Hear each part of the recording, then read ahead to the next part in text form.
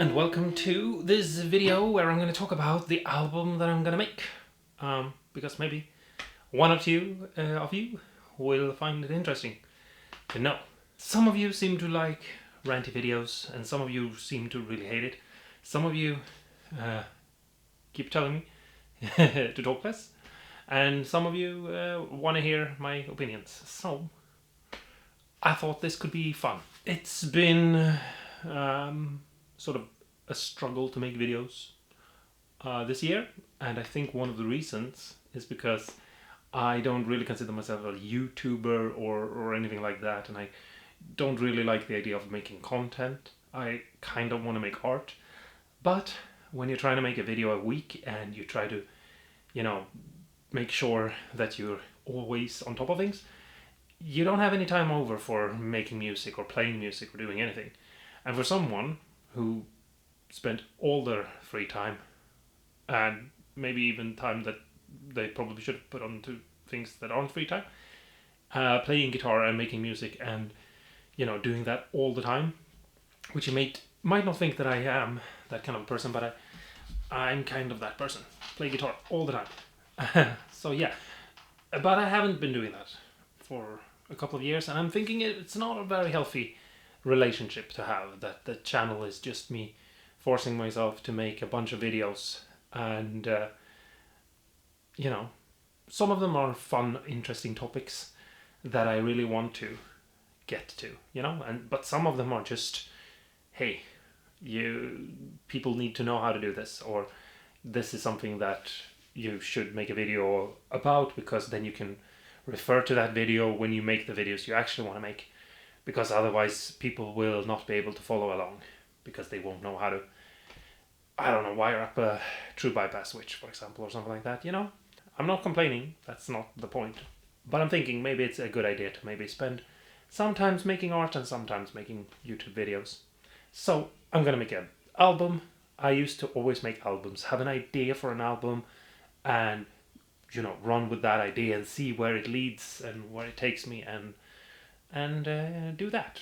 So what I was thinking is, I'll tell you what my idea for the album is, sort of the box that I'm trying to create around myself, because I've sort of found that if you have a box that you created yourself, that you're limiting yourself in different ways, then you can create this sort of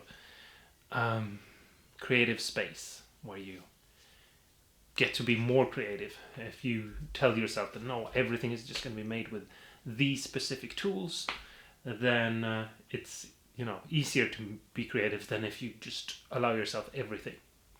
So I'm still going to allow myself the right, or whatever you want to call it, to use what is inspiring me, but I have a limitation of a sort of base that I'm gonna make everything out from.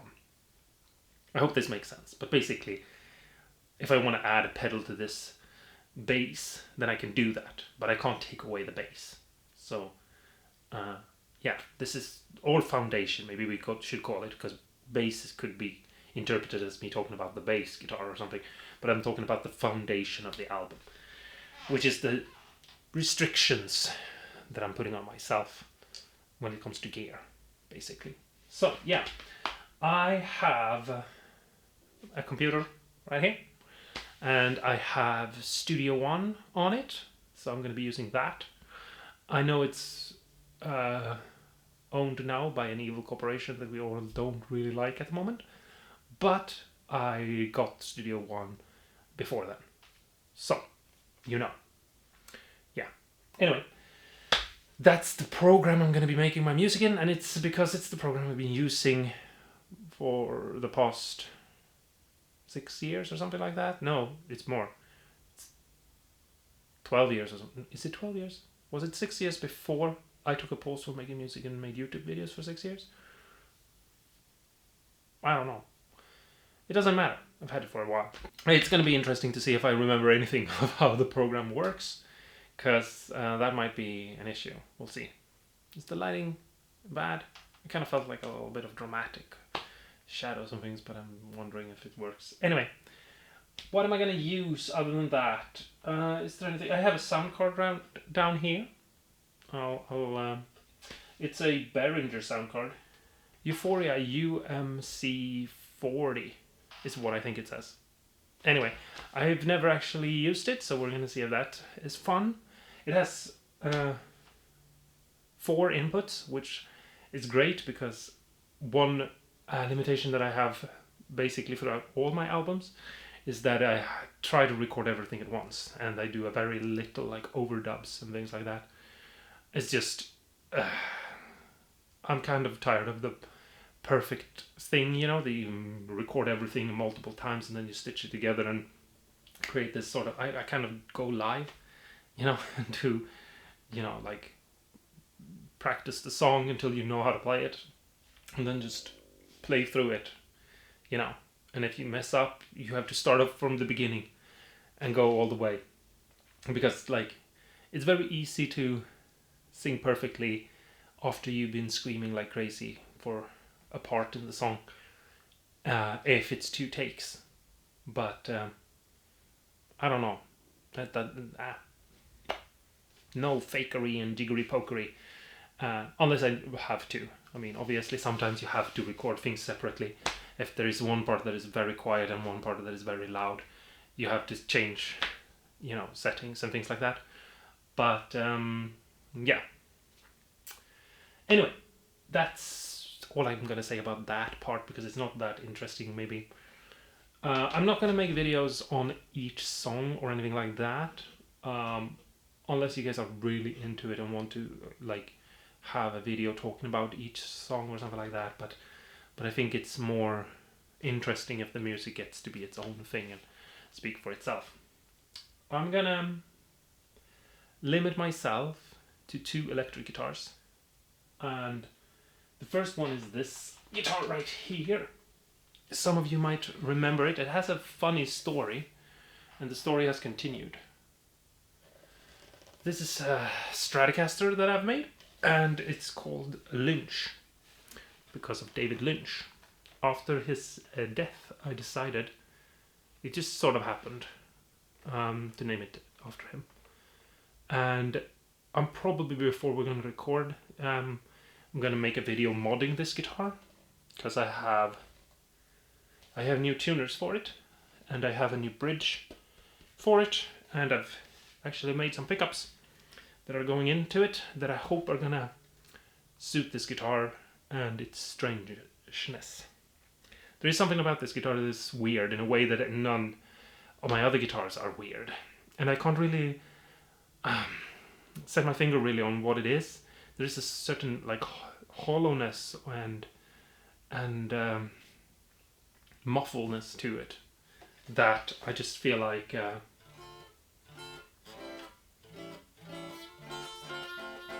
it's sort of like when you know how a couple of years ago it was popular with foam bridges or whatever it was on acoustic guitars, and it had this kind of interesting sound that was a little bit different.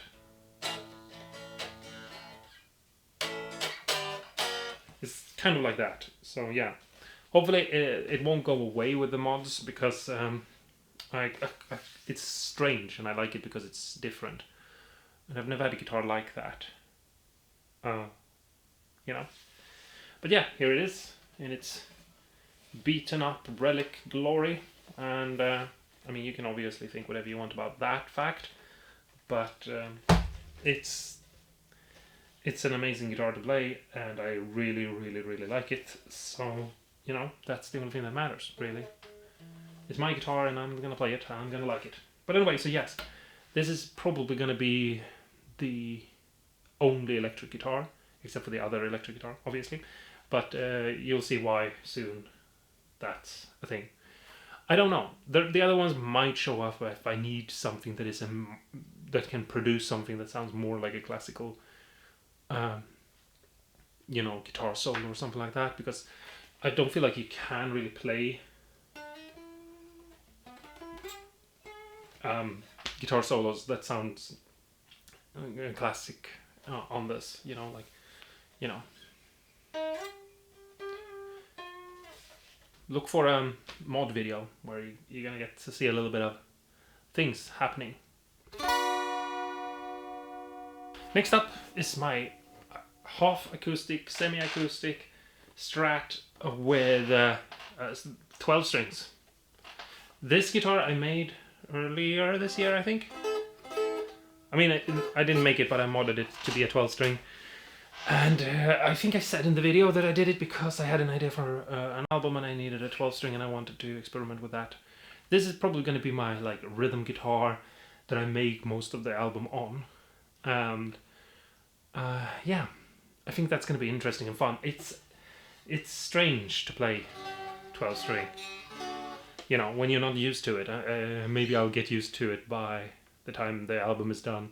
But yeah, most of it is going to be this guitar and yeah. That's this. I don't really have anything more to say. I'm not going to do anything to the guitar at the moment. I think upgrading the tuners, for example, might be a good idea because it's the standard inexpensive tuners. But yeah, it already has new pickups from the video I made earlier this year, and it already has something else. Oh, yes, right, new bridge that I made. I'm gonna use 2 microphones, and this is hopefully it's gonna be fun. Since I have 4 outputs, I can record everything twice. You know, like with 2 microphones. So I have this microphone right here. I know some people say that you should record your voice in a studio setting with a condenser microphone. Anyway, my point is, I was never really happy, so I got this microphone. It's an AKG something. And I feel like my voice becomes more direct and more focused and not so muddied in the recording with that microphone. Suits me better to have a more closed direct mic than something wider that can pick up more frequencies around, you know. That's one of the reasons why I have a shotgun microphone on the camera, for example, as well, because I just prefer that solution for almost everything. So if you're unhappy maybe with your own recording and you don't know why, it could be because you're using a condenser microphone. I have a couple, some nice ones actually even, but I feel like for voice, you know, vocals, if it can be better to use something a little bit more direct. And when you watch videos, everyone always tells you that you should have something like this, and you should have a mouth guard, and you should stay, you know, all of that. But I think that's probably true for, I don't know, 80% of the cases maybe. But you should experiment and figure out what works for you, because you never know what's gonna work for you. The next microphone I'm gonna use is this thing here. If you saw the video, actually a year ago when I built the Madura, I made a Harley Benton kit guitar thing for the Harley Benton challenge. In the final video, I did a video where I was singing a silly song that I made up like 5 minutes before recording. And I decided to use this karaoke microphone thing. I just replaced the speaker. It's like a cheap toy thing that I found in a secondhand shop, and I had a speaker here. I removed it and I replaced it with a jack. I never bothered doing a very good job because it was just for that video. It's just a like delay pedal basically in a microphone, and I replaced the speaker on the back with a jack. I bought this to make a pedal out of it. I thought that could be a fun video. Never got around to do that. For one video I made the microphone into an actual microphone that I could plug into something, but I kind of like it. And I've been thinking ever since that, hey, I need to use this for something. So I'm thinking that these 2 microphones at the same time, you know, wow, and then I just blend and change the volume. So maybe when I really wanna, you know, I don't know, you to hear the words of deep meaning that I'm singing, then it will be this and it will be pretty dry. But then when I'm starting to wail and screaming, you know, I'm raising the volume on this instead and just letting the echo and feedback and all the crazy things that microphone does, because it's not very good, sort of take over. You know, I kind of like the idea of using some crappy things to make cool things happen. Yeah.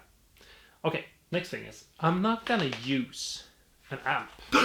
I've been thinking about it for a while, and I have some good amps. I have one amp that I need to open up and take a look at, because I was first like, oh, maybe I should use that one. I haven't really used it in a couple of years now, and but it's acting up, so I need to open it up. So I've decided not to use an amp at all. Instead, I'm gonna use this thing here that I got actually because I saw a video of Johnny Marr using it, and I was like, oh, if he's using that, that means I need it. I don't actually think he does use it. I think it was like paid commercial, you know, not to be like that, but I don't think I've ever seen it actually on his board. Maybe I'm wrong. But anyway, I have this thing here. It's a Boss, what does it say? GT100. It's a really cool piece of gear. I mean, it's like 10, 15 years old now, and I've had it for about like that long or something like that. I think I bought it when it came out, but it is actually really cool. Like, I mean, like now you can get them for like $100 or something like that. But unless they're broken or anything like that, obviously. But if they're in fine condition, that's a steal. Like, you get basically everything you need from Bosch in one big giant ball, square ball. Anyway, it's really cool.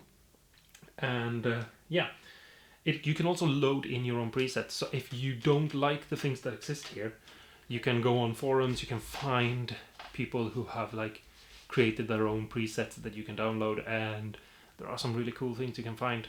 I have a pack that I've downloaded from someone a while back. Don't remember who it was or anything, but when I looked at it, it felt very cool. So I was like, oh, I'm gonna have to load that into this and experiment with that and see what it's like. And that's something that I'm gonna do pretty soon, you know, in between the blinks. Anyway, one thing that is really cool about this one though is that it has a sender return. You know, it has a bunch of holes here on the back for you to plug in all sorts of goodies.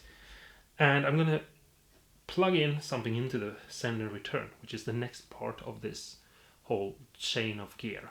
That is the idea of this. And this is the base. Obviously I can, or foundation, I can add pedals, you know, to this. So if I want to use, for example, Pikafuzz or the Lovely Panda, I can do that as well. But they are not part of the base or foundation of the album. But in this effect loop on this, I'm gonna plug in this old thing that I traded actually a camera for like 20 years ago or something like that now. Here it is. It's an old unit. It's actually, it's also an effect, you know, multi-effect unit thing with a amp module or whatever you want to call it in it.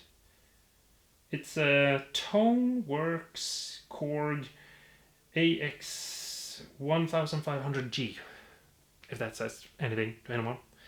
And the reason why I'm thinking of this as an interesting thing is because I was never actually really happy with this. To me, this has a sort of dull muddiness over it. Like, you can't ever get it to be really crisp and clear and punchy and, you know, like that. Which I don't know if that's a bad thing or anything, but I remember back when I was younger and used this, and it's actually one of the reasons why I stopped using it. It's just it doesn't let you really attack. But this Boss pedal, or whatever you want to call this giant thing, this Boss unit here, the GT100, it is kind of the opposite. It's kind of hard to make this muddy. It's like a studio crisp all the time. And it's to a point where it's a little bit annoying and a little bit sounding fake. Because you're like, you can't get it to be that crisp and nice in reality. So, you know, but the pro here is, if you have something crisp and clear, you can always muddy it up either in the computer or by rolling your tone or something like that. You know, you can always fiddle with things to make it sound worse, but it's hard to make something that sounds undefined and muddy more crisp. You know, so one way is easier than the other. But anyway, what I was thinking was, if I put that into the effects loop of this, then what will happen? I don't know, I've never done it before. Maybe it will be horrible. But then again, maybe it will create horrible sounds that will be exactly what I need for my album. You know, I'm trying to make new music. You know, something that hasn't been heard before, something that isn't obvious. So maybe that will be exactly what I need. Something that sounds terrible. So yeah, that's the base for like my amp. Direct into the sound card, the external sound card, and then directly into the computer. And 12 string on top of that. For most of it, at least. If a song tells me that it doesn't want to be 12 string, I'm not gonna force it to be something that it's not supposed to be. Then we go over to the bass guitar. Now I have an idea for a bass guitar that I want to build. So there might be a bass video showing up. It depends on if I have time and energy to actually do it. But I have this bass here. This is my bass that I've been using all these years. And at the moment it doesn't have any control knobs. And hasn't had that for a couple of years now.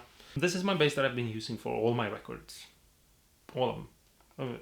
I have one bass and it's always been just this bass. I have a couple of songs where I've been, experimenting with the ukulele bass, but it's not really that much. It's like maybe 10 songs all in all.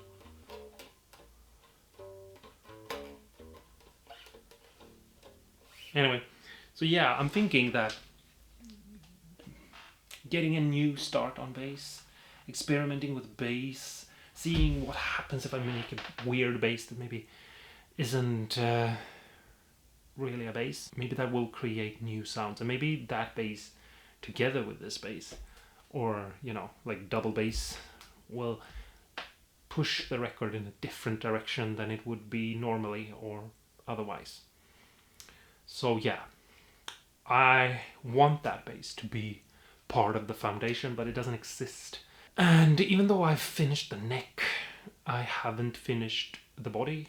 I don't even know what body I should have, at all. Like, I have no idea. And I haven't made or bought pickups. I have the hardware. Hardware. I have all the hardware for it, but I don't know, what it's gonna be. And so we'll see. It's a maybe part of the rig.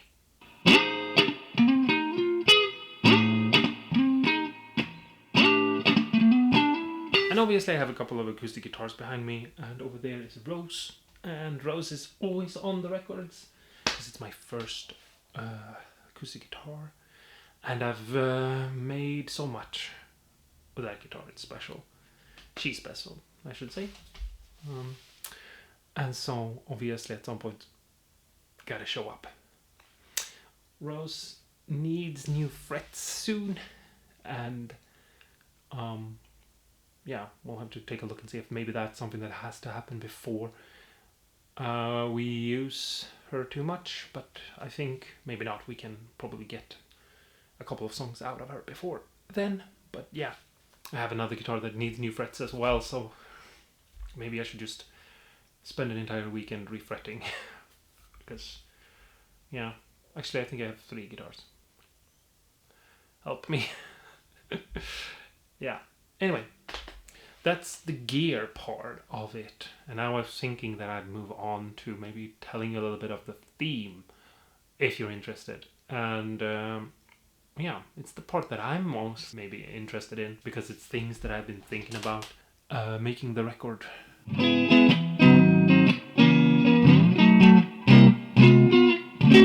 I try to avoid being inspired by other music, because I find that it kind of kills creativity. I've had those moments where I get really inspired by maybe listening to The Cure or The Smiths, for example, and then I go to make music and I try to make something that is like a copy of that, or a bad version of that, and I just it kind of kills everything for me, because I just end up feeling like I don't know what I'm doing, and that I'm bad at what I'm doing, and that there's no point in doing what I'm doing. So I try to avoid that, even if I sometimes can get very up in the air about it and be very, yeah, let's go, let's do this. I still try to realize that I I can't really make music that means the same thing to me as the music that I like. It has to mean something else. It has to be a different kind of passion that goes into making your own music than goes into loving the music that you grew up with and that you love and that got you interested in music and maybe even got you interested in guitar. You know, but yeah, what I instead try to do is draw inspiration from other things, you know, like nature or paintings or sculptures or movies or films, series. And I've decided this record is gonna be inspired by 80s. I'm saying it in quotation because some of these things aren't 80s, they're 90s, and they're actually even 2000s. But 80s anime, you know, there are some really wacky and weird and crazy animes out there.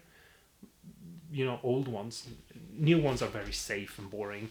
A lot of just mindless, you know, pretend life is a video game and jump around and sort of farm XP.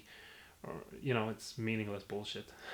It's just like, oh, I've been reincarnated into a vending machine and I live in a video game now and I'm doing nothing with it. I'm just kind of here with a girl that has a huge chest and she likes me, which is insane. Whoa, imagine someone liking me. Nah, none of that boring bullshit that people are doing nowadays. Old crazy things. And you know, I've thought a lot about the. There are some really crazy, like hand drawn animes from the 80s that are really like, they're not necessarily good stories, but they're crazy and very inspiring by the fact that they are so free to be just weird. Just be crazy, be creative, be weird, just create really crazy things, sometimes really vulgar things or really, really grotesque things. But I still think it's really cool, you know. There are a couple of shows also that they talk about different themes, you know.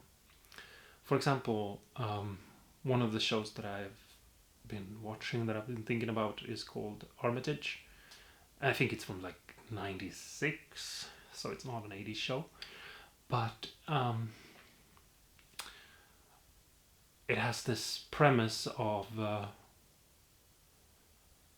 AI humans that are being treated very poorly because they're not real humans, but they are, you know, they're feeling and they are made to be real. So where is the end? Like where is the line drawn between what is real and what is manufactured to be real? And you know, like if it feels and behaves, and you know, is it just programming, or is it an actual feeling? But also, does it really matter if it has a feeling or if it's programmed, if it believes itself to be feeling, you know? Because I mean, at some point we could ask ourselves the same questions: are we actually real and feeling things for real, or is it just a biological programming to make us believe that we are actually, you know, feeling the things that we are feeling, or whatever? So there are a bunch of like interesting aspects. There's a theme that you can find in a lot of old animes, from the 80s and 90s and 2000s. It's just the idea of like creating artificial life to have someone to treat poorly, basically. You know, sort of like a parallel to like the American slavery, you know, back in the day. I mean, the idea that there were basically people, but they are not really people. I mean, obviously they are, but you know what I mean. Like back then, the idea was that this is, you know, something that we can use and abuse because it's not wrong, because it's not real, and that there are some interesting parallels. And nowadays we do have things like AI and things like that, and the things that people are using it for is kind of creepy, or gross or damaging in a lot of ways. I don't see a lot of positivity in what AI is being used for. I mean, there are some medical things, sure, but there is, like, when it comes to art, I don't see anything positive really about it. It's mostly so that you don't have to learn something, as if learning was a bad thing, which I think is really sad. I think we've lost something when we take that away from humanity. There's a bunch of interesting themes around these things that I'm really curious about, sort of exploring musically, both in lyrics, but also, like, maybe I can make my guitar have a sound that reminds you of those thoughts.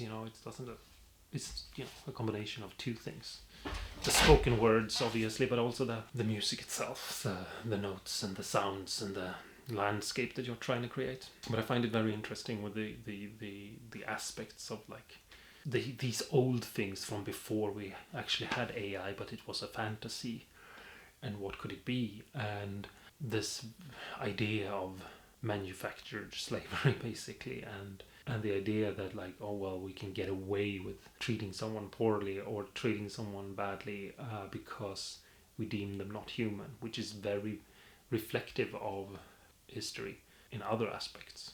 I mean, it's very, very, very horrible and sad, obviously, but it is something that I found very interesting, because it becomes at some point almost like some sort of human nature thing that is very old and that goes very far and very deep. And I don't know if it's, the dream of having an easy life, or if it's just being self-centered or whatever, but it is interesting to explore.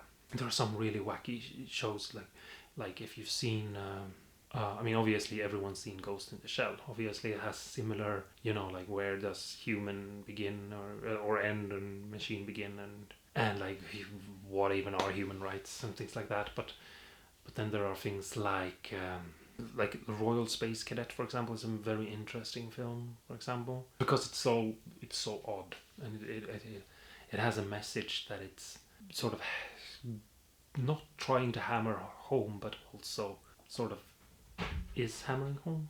It's a very interesting. But then there's things like the series Angel Cop, for example, which also has, like, just insane. I was gonna have more examples actually, but I kind of forgot what the examples was. But there are some really interesting and cool old shows about, like, what it is to be human, basically. And I feel like we're kind of always in a loop or something, like, we think that we are on a straight line or something, and we are evolving and we're moving forward, and everything is just, getting better and better and better, or worse or worse or worse, maybe, I don't know. but I feel like we're on a loop and we're circling around, and the themes and ideas and the past is coming back, and exploring, like, how can I make something that maybe sounds new, hopefully, and that maybe sounds different than anything else, but that is made from the old things and inspired by old things. That could be how to do it, maybe, to make it interesting. I saw this one show that I don't remember the name of at the top of my head, about these criminals that were forced to be basically crazy police officers that existed beyond the law to fight criminals that the regular police couldn't get to. And if they disobeyed, they had collars that would decapitate them. So just, like, it's always, like, very extreme and very bold, and also a very great show. Where you just, some of the lines that those people said, just, it's also very funny, because you get some golden opportunities to get so bad it's good kind of dubs and things like that. One show you have to watch if you like that sort of things is DNA 2, I think it's called. About a girl who travels back in time to stop a guy who impregnates too many women and destroys humanity. Yeah, sounds insane, but yeah. yeah, that's kind of it. I suppose a little bit of maybe David Lynch sort of inspired themes as well. I'm thinking that I'm gonna try to make music videos for these songs as well. We'll see how that goes. I mean, if they become too long and too abstract and too out there, then maybe a music video wouldn't fit. But I have some cool ideas of trying to make the songs be part of the lore of the channel as well. Because if you don't know this, there is lore to the channel. If you don't know, you haven't been paying attention nearly enough. And you should go back and rewatch everything. It's sort of, or not everything, but there. And also maybe making some videos on props. Because I have some pictures in my head of what I want to make when it comes to the visuals. And I'm thinking, it could be a fun part of like making of the things that I do on this channel, which is, like showing you how to build your own things and how to, it is all about music. But and a part of that is, like you have to make your own music, play it, make it, all of that, making the tools to be able to make music. But also once you've made music, you gotta get it out there somehow. And how are you gonna do that? I mean, 20-30 years, something like that ago, you didn't necessarily have to think about that too much. You could have a music company that helped you or whatever they did, and they maybe hired someone to make a music video and tell you what to dress like and how what idea for the music video should be or something. But coming up with cool and creative things to make the music video, like that's the first thing I did on this channel. Like my first like 80 videos or whatever are just music videos basically, or something like that. I don't know how many music videos I've done on this channel actually, to be honest.